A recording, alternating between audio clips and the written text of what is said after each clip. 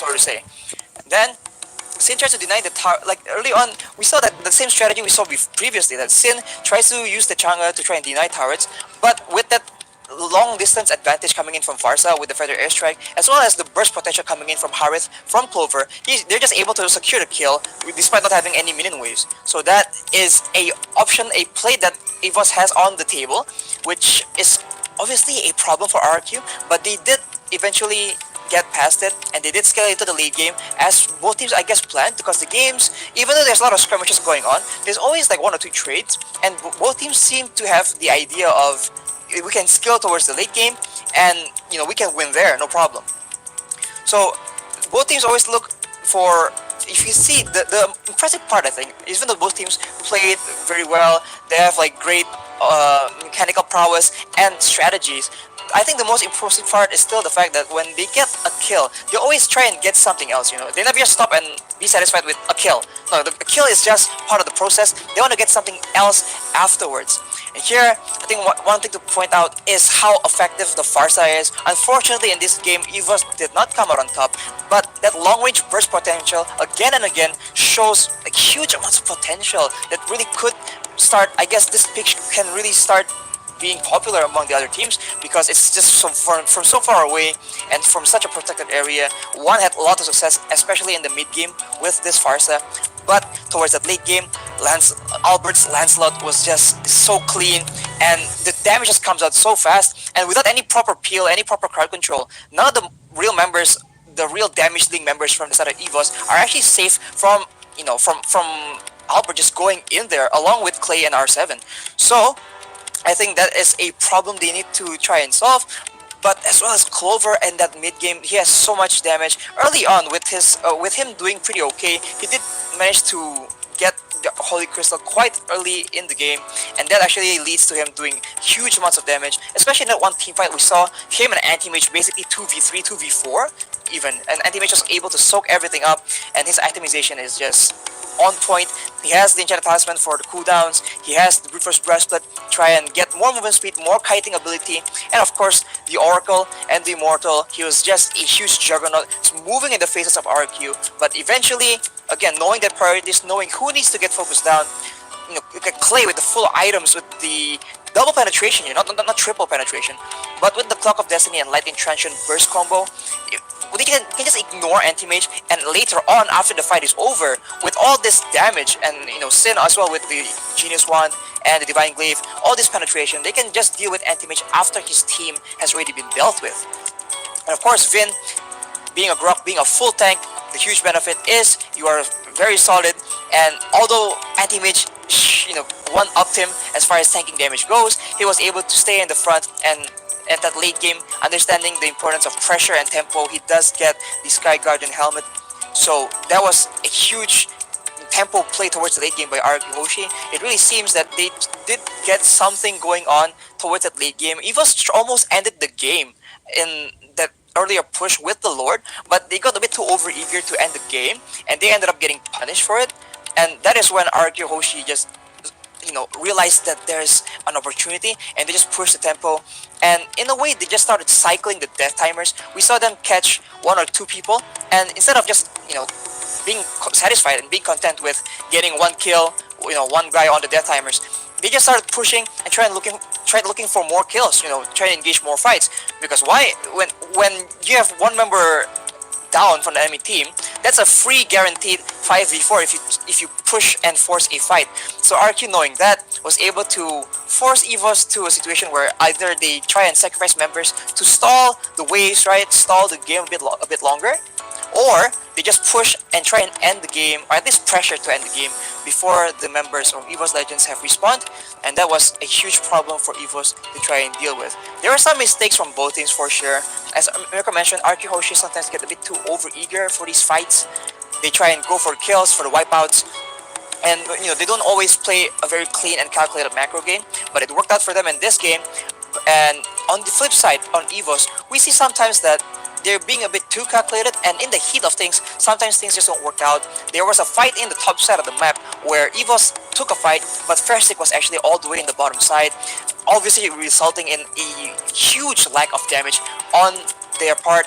And I think they didn't really plan on doing that, but against a team like RRQ Hoshi, you never know what they're gonna do, and they always have the potential to just force something of that nature, almost almost at a single pull of the trigger.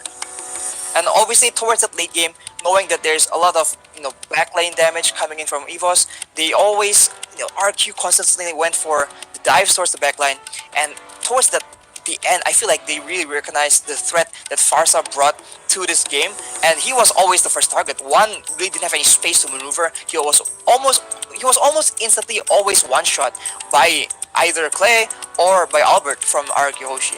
So it shows you how much impact the Farsa has, because that is, you can tell from the target priority from the side of RRQ that is the main focus. And now for the emblems, the carry is still Farsic. He was doing amazing. He was still farming really well despite the pressure. He was doing a bunch of damage, and unfortunately, it just wasn't enough in this situation. He also gets picked off because, again, the lack of crowd control makes it really difficult for you to be a squishy backline hero in this kind of game. Anti-Mage with an insane amount of damage taken, getting the sandbag, obviously having a huge impact, saved the game once or twice in that whole situation, but the rich guy is still Albert. He was doing great. The mechanics speak for themselves. Rico was mentioning how he has the advantage in the mechanic department, and it really shows in this particular game. And the forgotten one is Vin, being in the front, getting control, also getting some very valuable 2 or 3 man knockups in some of these fights, which buys time for RRQ Hoshi to reposition and just dive towards the backline members of EVOS Legends. And here is our MVP presented to you by Samsung Galaxy A series. It is Clay on the Kagura, 100% win rate, 602 gold per minute, 56% kill participation, 7, 2, and 8. Since the early game, we mentioned how RRQ tried to bring the pressure towards EVOS, and Clay was a huge part of that, having that range advantage and having the burst potential. Even though it's not late game and he can't one-shot people yet, the fact that he can just constantly nuke people and, as an added bonus, have mobility and also open up vision for his team was a critical part in RRQ having the control and the vision game that they need to actually pressure EVOS once they knew that they have an advantage and they want to push the tempo as much as possible.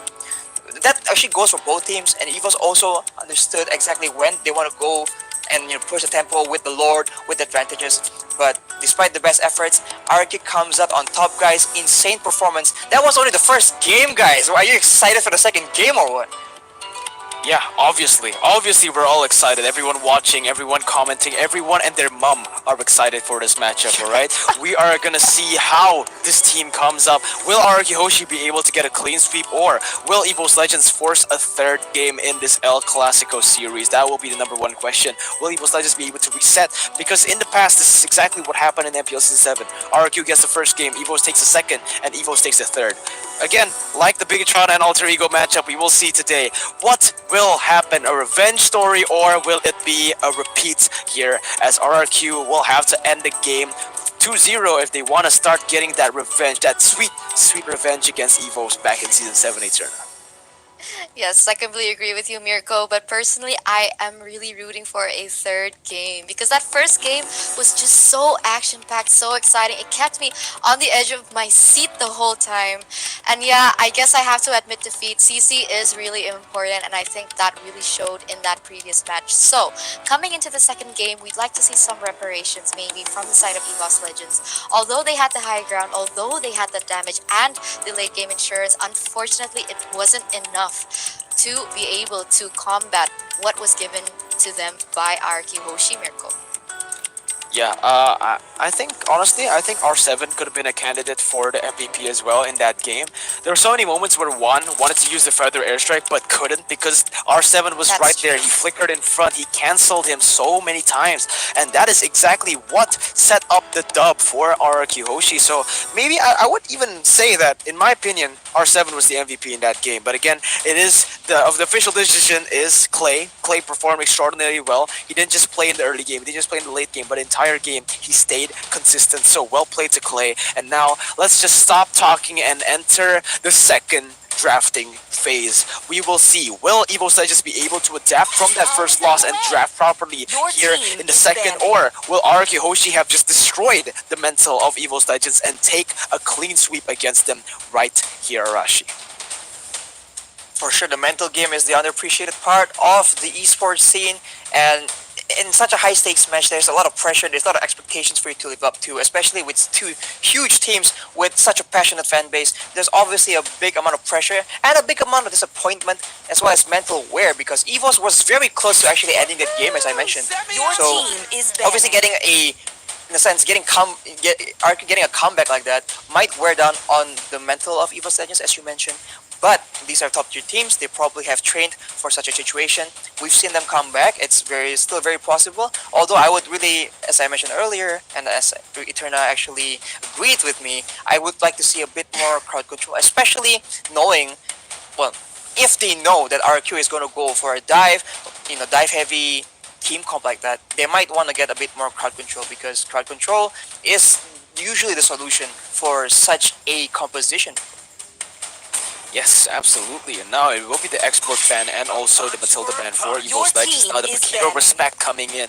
They know how crazy this hero really is, and the fact that they banned this Paquito means something for EVOS Legends. It means they do not want to first pick it, alright? Because if they do, they would have never banned that. They would have forced RRQ Hoshi to ban it away for them. So now RRQ Hoshi, knowing that, what are they going to ban? Perhaps the Benedetta right here. Because EVOS Legends usually, when they're stuck in a bad situation or when they're stuck in a 1-0 situation, they rely on the Benedetta to come back here. And Benedetta is still open right now, so it might be if EVOS Legends bans the Phoveus right here, it is 100% going to be the Benedetta Eterna. Yes, but I think Ling is also still on the table, and we didn't see that in the first game as it was instantly banned by EVOS Legends. So I think maybe Ling would also be a really good decision for the ban in the first phase here, as presented to you by Nemo TV, our official live streaming platform. But we're just gonna see what Coach Zace has in store for us today, because if Ling is open, either EVOS Legends will be able to pick that off, because we don't want to see Ling in the hands of Albert. Your team just is too banning. expensive. But oh my god, it will be that Hayabusa ban, and we're gonna see what RRQ Hoshi will have in mind here, Mirko. Yes, absolutely. Hayabusa has been banned away, and now the Ling is open for RRQ. Look at Albert. Look at Albert. He's looking for it. He's already saying in his mind, guys, I want the Ling. Please, just give me the Ling and we will win the game, alright? This might be an oversight from the side of EVOS Legends, right? They might have overlooked this right here. RRQ with their final ban, what will it be? Or perhaps EVOS Legends might take it for their first pick, Taking it away will be risky though, because RRQ will have the option to pick up a Phoveus, alright? Even though, if they do pick up the Phoveus instantly, EVOS Legends can just respond with the Esmeralda. Again, one of the hard counters. It's going to be the counter after counter after counter. We'll just have to see how this plays out, as Angela will be the final ban for the side of RRQ Hoshi. EVOS Legends now with their first pick. Will it be the Ling, or will it be the Phoveus to deny the Ling from the side of RRQ Arashi? And it is the Ling. There's the Ling. And I think RRQ Hoshi anticipated this Ling pick already. They did ban out the Angelov to remove that hard guard onto a Ling diving in kind of combo. And as you mentioned earlier, they have a couple of options here, but they have to be aware about the Esmeralda as a concern. Although Maybe I guess they have the option of picking both at the same time, right? Yeah, exactly. But we'll have to see if that's something they want to do, because I think they would also want to have a lot of emphasis on the playmaking heroes, and they do go for the Jawhead. Oh, and they pick the Esmeralda first. So in the worst case scenario, if EVOS does take the Phoveus, they can, they effectively denied that Phoveus pick by picking the Esmeralda first. So again, very smart move in this draft phase from Coach Achille from the side of RRQ Hoshi. Yes, I completely agree with you. I mean, this is the beautiful thing about Mobile Legends, especially towards the draft pick phase. This is like a game of chess. I take Ling. What are you going to take? Are you going to take Phoveus? But no, I'm just going to take Esmeralda. And then you can't take Phoveus, and I don't also have to take Phoveus. So this is something that is so beautiful, and I think we all need to be aware of the beauty in this situation. But EVOS Legends will be taking the next two picks, and I'm wondering who they will be choosing for, because they have yet to choose a magic damage presence as well as a frontliner, and it will be that Kagura and Midas for EVOS Legends, Miracle. Yeah, the Kagura and Marta's pick. Rex really loves this hero, and it will be very, very hard if RRQ Hoshi decides to go for something a little bit more late game here. I think the good move for RRQ is maybe just get the Lancelot out of the way. Get it for Albert. Secure the Lancelot. I think that is exactly what they're trying to do right here. Or they might pick the Farsa for Clay. Again, Saber is still open. Clay really loves to play the Saber, so there's a lot on the board, but I think personally Lancelot would be the good option, the best option right here for him. Just take it away before they ban it away, right? Albert, again, when he doesn't get his prio heroes, when he doesn't get his comfort heroes, he usually starts to struggle. So a very good pick off. Will it be? Oh, okay. Yeah, just a pick in general for him, okay? If it's the Lancelot, then Roger, just pick a hero for Albert in the first phase, and now we're going to enter the second phase as we take a look also at the head-to-head for both of the XP laners here, Arashi. Yeah, R7 clearly standing out from the kill participation. We've seen him play aggressively, get solo pickoffs, set up traps in the jungle after he gets that pressure. So a lot more active in that sense. We know Anti-Mage is well known for caring more about the lane, getting more pressure, making space for his team. So I think it's this. The stats don't really show that. I guess the higher GPM from Anti-Mage shows that he has a lot more emphasis in the split push or in the farming game. And as we mentioned, that the Uranus gets banned by RRQ Hoshi, not wanting to deal with that from the side of EVOS Legends for sure. That was a huge problem for them. At one point, it even won them a team fight because Anti-Mage alone was able to zone out 3 people. So I think that's a very respectable ban, Eternal. Yes, I completely agree with you. But here, EVOS Legends will be banning their first hero here as we enter the second phase. But guys, this Martis pick into this Jawhead, if they will be both played as roamers, it seems like this Martis will be able to have a upper hand or advantage here, especially if Unstoppable Force or Ejector comes into play from Jawhead. Your team is banning. With that in mind, EVOS Legends will be banning that Eudora here, Miracle. Yeah, absolutely. RRQ banning away that Uranus, knowing how much pressure Anti-Mage really makes here on that Uranus pick. So it's going to be banned straight away. Now, maybe a Lapu Lapu pick can be available for EVOS Legends if they do want to go for a dive style of composition. For RRQ Hoshi, as their final ban comes through, it will most probably be a ban towards Clover, right? Either a ban towards Clover or more bans towards Anti-Mage. Banning out the Lapu Lapu will be a good one for Tatamas as well. But yes, 2 bans towards Anti-Mage, respecting his ability to use both of those heroes. And now EVOS Legends with the response. Kagura, it has been picked. Eudora has been banned. Now looking for one more. What will it be? I think banning away the Selena will be good here. I think Selena, either the Selena or the Luo Yi. Again, because Luo Yi will be really good in this composition, whereas EVOS Legend wants to dive in. A lot of CC, a lot of damage will be able to be... the Luo Yi is just a really good pick overall, just with the diversion and with the CC she has. I think it's a no-brainer. I think EVOS Legends might just ban it away right here, right now. If they don't, it might be fishy for them. Let's see how it goes, and it will be EVOS Legends banning away. Phoveus. Okay, Eterna. Yes, it will be that Phoveus as the last ban here, coming from EVOS Legends as RRQ Hoshi. Okay, first pick in the second phase. They are still lacking a mid laner presence. A lot of options are still open. There is Saber if they want to go that route, but maybe they want to exactly take a mage here in the mid lane. It could be that Farsa. It could be that Luo Yi maybe as well is an option, as well as that Lilia. Oh yeah, and Lunox is also still open. It is neither picked nor banned, but let's see what will they be choosing in the second phase here. It will be that yes, Lunox. Nice one, Arashi. Yeah, I figured that they want to go for a dive composition, and getting a Farsa would put them in the shoes of EVOS in the previous game, where when they dive in, Farsa just left behind, and against a Ling, against a Kagura, it's gonna be, repeating history. So, with that in mind, I figured they would go for something with a bit more security, a bit more AoE, and a bit more dive, a bit more follow-up in that sense. So I figured, Lunox is still open. It does have quite the okay laning phase, and if they can get this to the late game, that burst potential can be a good counter per se to these heroes that dive in, because they're gonna be clumped up in one spot. So if they can get nuked by the Lunox is gonna be huge for RRQ right here. But EVOS does pick up the Farsa. Wow. Team is picking. And also a Ruby. So now Yeah. the Ruby will provide crowd control for RRQ diving in. But again, will this mage pick, this long distance mage pick, come to bite EVOS Legends in the back, Mirko? Yeah, the Forza has been picked. Again, it will be used by Clover here in the gold lane. This is what he likes to do, especially against a Lunox. So Lunox will have a hard time going against this Farsa with the range, but a lot of dive from RRQ Hoshi, and especially with that Esmeralda, it's going to be very, very hard. Now, it will be the final pick. It should be the XP laner pick for the side of RRQ Hoshi, as that Esmeralda will most likely go to the hands of Sin.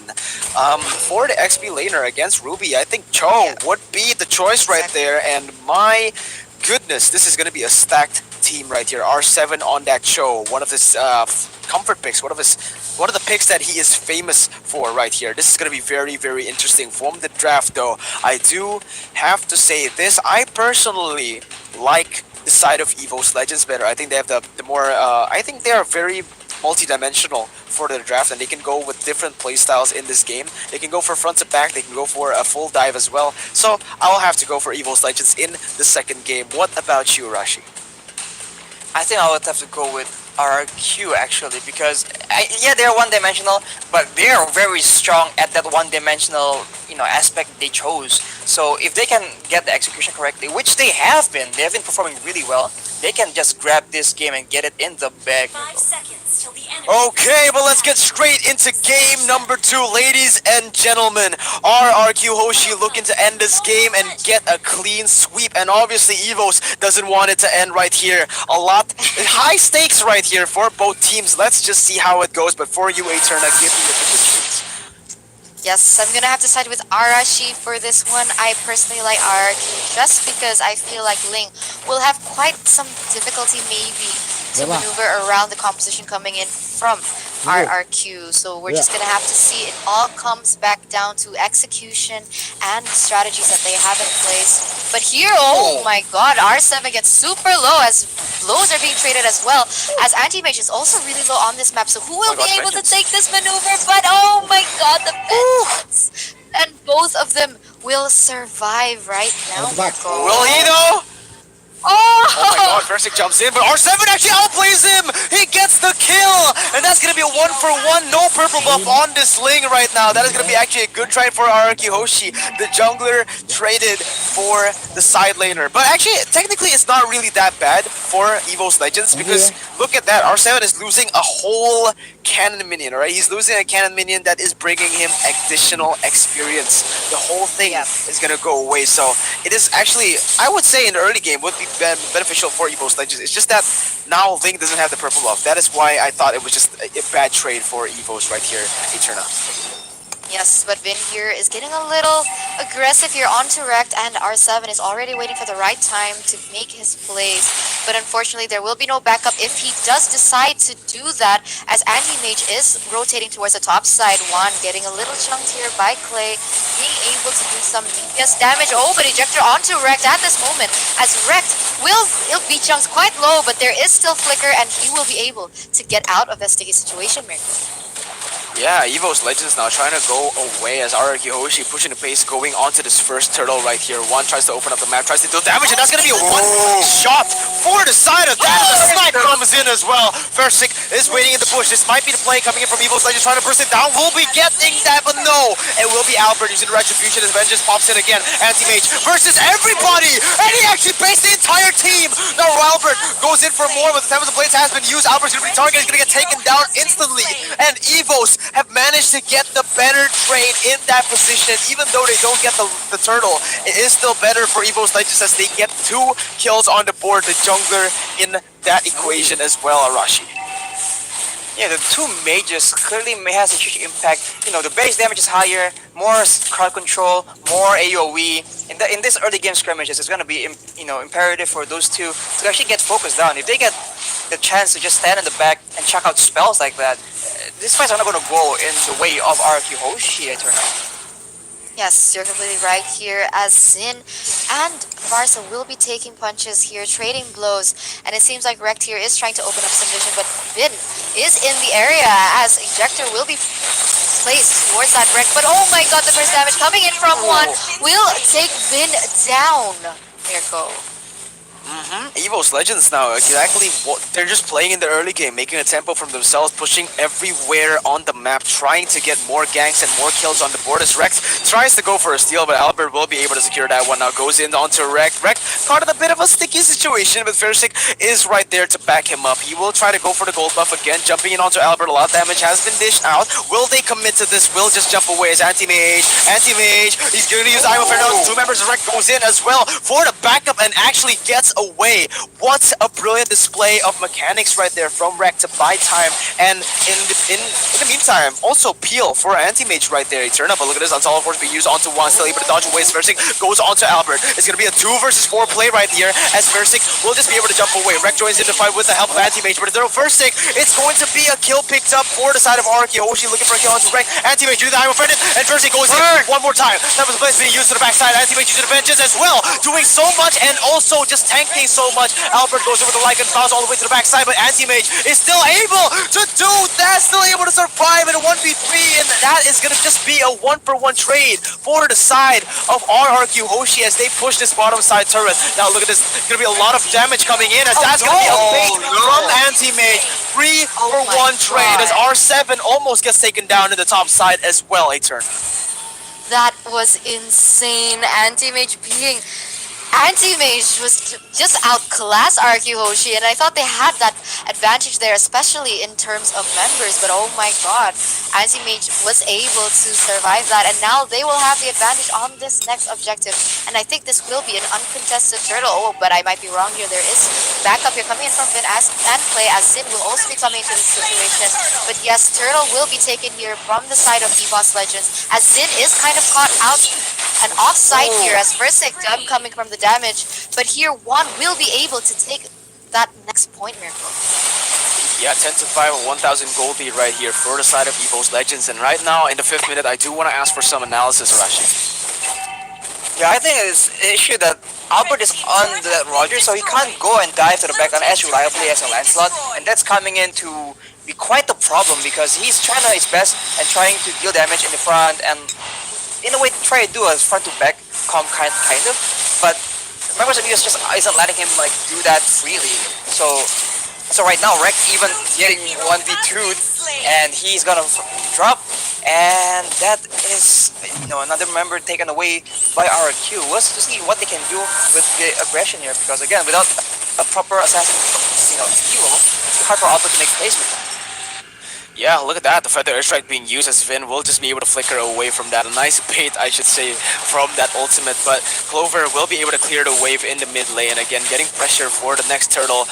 But I think both teams are just gonna be fighting for pressure in the meantime. You know, waiting for the objective to get up. Versik now trying to take the purple buff. Vin already moving very, very aggressively onto the enemy jungle as EVO's Legends will be able to zone them away from their jungle. Versik will pick up that purple buff without any problem at all right now, Eterna. Yes, 30 seconds on the clock left for that turtle, and it seems like both teams are rotating in that area, maybe trying to set up, making plans for the next play here, but both teams are playing quite passively as Rex is trying to open vision and information here for his team members as well as Vin, but it will be another objective here coming in for RRQ Hoshi. As right now, it seems like both teams are playing quite passively as Turtle will spawn right now, Miracle.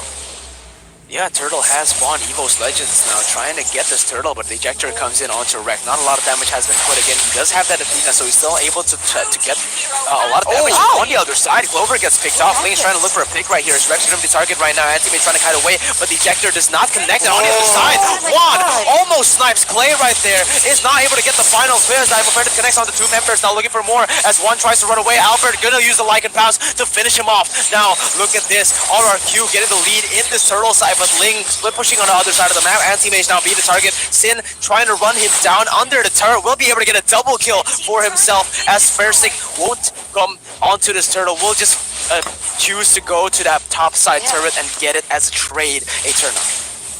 Yes, you're completely right. Knowing that they will not be able to take that turtle, Versik just immediately responds to taking another objective there in the top side. But as you can see here, Rex getting quite low as there is pressure coming in from Sin and Vin. Oh, towards the Marsa as oh she no. gets jumped down, and she will be going down right now. And Sin seems to be the next target here coming from Juan, but the damage from Clay is just too much as it will be responded again by Rekt, as Clay will be forced to retreat in this stage and taken down again because of Juan.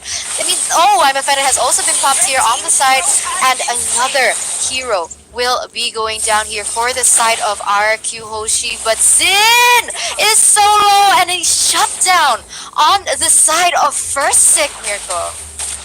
Yeah, absolutely, right there. Araki Hoshi, even though they're winning, they're getting the pace, but they just looked for way too many team fights, alright? And because of that, EVO's Legends were able to get a little bit of a comeback here, getting the gold lead once again in their favor, even though Fersik wasn't able to secure that purple buff. Vin now goes in with Unsolid Force onto Fersik, using the ejector as well, but there is no one there to back him up. Clover now trying to deal some damage as well, trying to go for a re-engage perhaps as Anti-Mage pushes the mid lane. It looks like both teams are looking to defend, as now we take a look at the items first, Arashi. Yeah, the image with the House and this Anti-Curse being, again, has such a huge problem in the front line, but I think the members of RRQ Hoshi has adapted and like tried to focus other members and before going for Anti-Mage eventually. So now one and we're both have the Clock of Destiny combo, so there's huge amounts of burst coming in here, Mirko. Yeah, huge amounts of burst. Vin tries to use the ejector onto Rekt under the turret, but unfortunately Rekt is a tank right there. They don't want to use any more resources for that member. But look at that, Anti-Mage is going to get caught out, use advantage, but it's going to be taken down instantly right here as EVOs are forced to back away. 10 seconds on the turtle, and RRQ will choose to get this purple buff right before that. Rekt goes in now, looking for some opening, looking for an opening right here as the Retribution does not connect. It will be stolen away. Albert will be able to get that as the voice armor comes in onto the backside, will be able to use that. It's run away, but Juan will be taken down as well. Rex will be next on the chopping block, and RRQ Hoshi have somehow found the winning condition for their team composition, and they have gotten the lead once again. 2,000 gold lead as they put their focus on to the first Lord of the game in the 10th minute right here, Eterna. Yes, and look at this real-time win probability presented to you by Samsung Galaxy A series. I mean, 64% on the side of RRQ Hoshi. At this current state, it is looking like it is leaning towards that area. I mean, with the resource and the objective lead on the side of RRQ Hoshi, EVOS Legends are not looking too good right now. But Arashi, any thoughts of how EVOS Legends can be able to come back from this? I think if they want to really come back from this, they need to make sure that they keep the fights neat, and they don't even have to force fights. They have to make sure that they have the Martis with the anti-card control, so he can just stay in the front and play it slow, and they can just whittle down the members of RQ bit by bit, because again, that range advantage should be put to full value. Otherwise, it's just a waste of a pick. Here, going with the force engage again. Yeah, look at that. Clover's going to be targeted right now as Sin is charging that falling star move. Anti-Mage is going to get kicked all the way back to his team. He's going to get taken down. EVOS 2 for 0 trade for the side of RRQ Hoshi with the Lord coming up as well. It's going to be disastrous for the side of RRQ. For EVOS Legends, I mean. One is going to be targeted. Base will be taken down. It will be the inhibitor turret in the mid lane taken down. They're looking for the top side as Lycan Faust being used onto Fersik. Look at Sin going to Juan. He's going to fall his star move now, dealing a lot of damage onto Juan. He has to be careful here. Sin gets a solo kill onto Juan, and he's looking to run away. Fersik going in, but the Tempest of Blaze has been used. Not going to be able to do anything more as Albert will be able to finish him off. RRQ Hoshi looking for the clean sweep victory. The base will be the target as the base. And now going to be the target. Everyone trying to target it. Like a bounce to the backside. Clover's going to get taken down before the base falls. Oh and my God! with the clean sweep. A 2-0 against the current champions, and my goodness, look at the celebration, look at the hype, and look at the faces of the members of RRQ Hoshi, able to finally get that sweet, sweet revenge after the defeat. Even Pa AP right there, the CEO of RRQ Hoshi, coming into the screen, showing the love and showing the support for his team right there. Well played from the side of RRQ Eterna.